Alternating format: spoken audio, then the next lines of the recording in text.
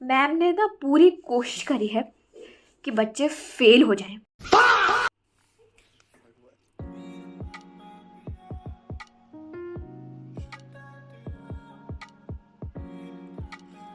तो hello everyone, welcome back to the channel. My name is Raksha and I am 11 CBSE grader. Okay, so my exams are finally over. मतलब कह सकते हैं कि over हो चुके हैं क्योंकि मेरे पास 2 ही एग्ज़ाम बचे हैं, विच इज़ मल्टीमीडिया और दूसरा है फिजिकल एजुकेशन। तो उसमें मेरे को ज़्यादा पढ़ना नहीं है। तो आज था मेरा इकोनॉमिक्स का एग्ज़ाम। तो जिस जिस दिन के लिए मुझे बहुत लंबा वेकेशन मिला था, तो वो यही एग्ज़ाम है। यहाँ पे मुझे छुपाना पड़ेगा क्योंकि यहाँ पे मेरे स्कूल का नाम लिखा हुआ है। ठीक है, तो यहाँ पे ये रहा क्वेश्चन पेपर। इतना मतलब इसको ना ज़्यादा इजी बोलेंगे ना ज़्यादा टफ बोलेंगे, क्योंकि देखो मैम ने ना पूरी कोशिश करी है कि बच्चे फेल हो जाएं। ठीक है, पर थोड़ा बहुत जो आता था वो मैंने लिखा है, बट येस इतना भी गंदा नहीं गया। यहाँ पे सारे एमसीक्यूज और मेरा जो एग्ज़ाम पेपर था वो 2 हिस्सों में डिवाइडेड था। Section A which is 40 marks का था। सेक्शन ए माइक्रो इकोनॉमिक्स और सेक्शन बी था स्टैट्स का पार्ट। ठीक है, तो स्टैट्स का पार्ट मेरा काफ़ी अच्छा गया है क्योंकि मैंने इस चीज़ का पहले ही बोला था, क्योंकि मुझे माइक्रो नहीं आती है और मुझे माइक्रो वापस पढ़नी पड़ेगी बिकॉज ऑफ कॉम्पिटिटिव एग्ज़ाम्स। ठीक है, क्योंकि माइक्रो मैंने पढ़ा है, मतलब सुना है कि मतलब बहुत ही इम्पॉर्टेंट होती है फॉर अगर आप कोई एग्ज़ाम देना चाहते हो उसके लिए, मतलब अगर जो मेरी फील्ड है उसके लिए। ठीक है, तो मुझे माइक्रो वापस पढ़नी पड़ेगी क्योंकि मेरा माइक्रो में बहुत बेकार गया था। स्टार्ट मेरा काफ़ी अच्छा गया है। ठीक है, तो ऑल्सो मेरा एक क्वेश्चन में मेरा गड़बड़ हो गई थी। मतलब मेरे साथ एक चीज़ भी हुई थी, और वो गड़बड़ क्या हुई थी, मतलब जो क्वेश्चन पेपर था उसमें क्वेश्चन मिला था स्टैट्स वाले में कि मतलब हमें मल्टीपल बार डायग्राम बनाना है जिसमें बहुत सारे वो थे, टेबल थे। मतलब मैं आपको दिखाती हूँ और मैं यहाँ पे लगा भी दूँगी। ठीक है, तो यहाँ पे बहुत सारा मतलब टेबल वगैरह बनाने थे मल्टीपल पार्ट डायग्राम के।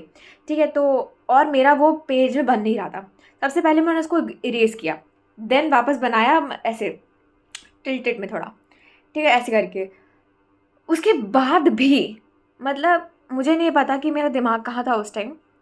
ठीक है, तो मैंने क्या किया, मतलब इसमें 2 तरीके के बताने थे, एक तो बर्थ रेट बताना था और एक डेथ रेट बताना था। ठीक है, तो डेथ रेट को मैंने सिम्बलाइज़ कर दिया था कि मतलब सिम्बलाइज़ कर दिया था कि डेथ रेट को मैं इधर से डोनेट करूँगी। डोनेट, मुझे नहीं पता क्या वर्ड मैंने बोला। ठीक है, जस्ट इग्नोर इट। ठीक है, तो यहाँ पे मैंने 2 किए थे जिसमें था कि मतलब मैं बर्थ रेट को कुछ भी मतलब खाली ब्लैंक छोड़ूंगी और डेथ रेट को मैं शेड करूँगी। ठीक है, तो मैंने उसमें भी गड़बड़ कर दी है।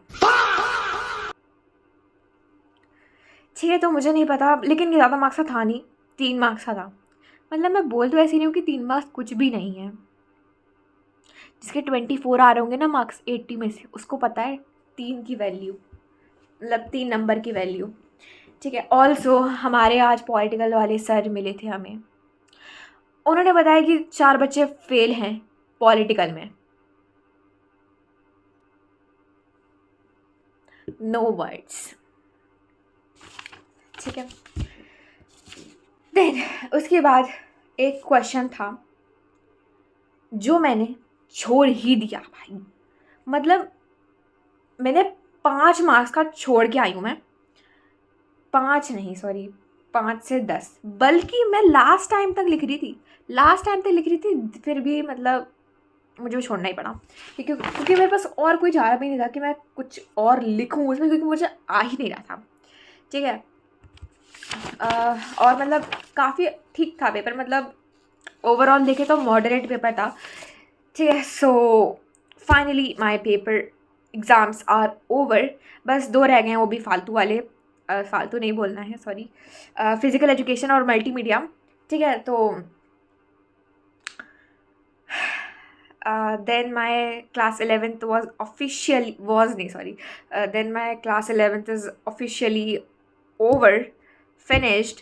ठीक है, सो वापस बोर्ड क्लास आ रही है। स्ट्रैटेजी वीडियो जल्दी ही आएगी। और मेरा बहुत फंबलिंग हो रही है, मेरे जस्ट इग्नोर इट, क्योंकि मेरे जो अंदर की खुशी है ना वो बाहर आ रही है, तो मतलब मैं बोल भी नहीं पा रही हूँ कि मेरे एग्ज़ाम्स ख़त्म हो रहे हैं। ठीक है, तो मेरे पास 2 एग्ज़ाम्स लगे हैं, सो सी यू सून, बाय।